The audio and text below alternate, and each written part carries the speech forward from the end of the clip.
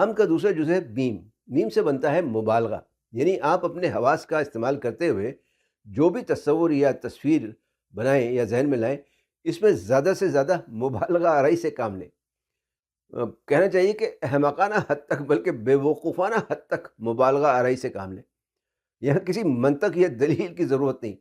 اس بات کا کوئی سائنسی ثبوت نہیں کہ یاد رکھنے کے لیے آپ کو سنجیدہ کوشش کرنے کی ضرورت ہے،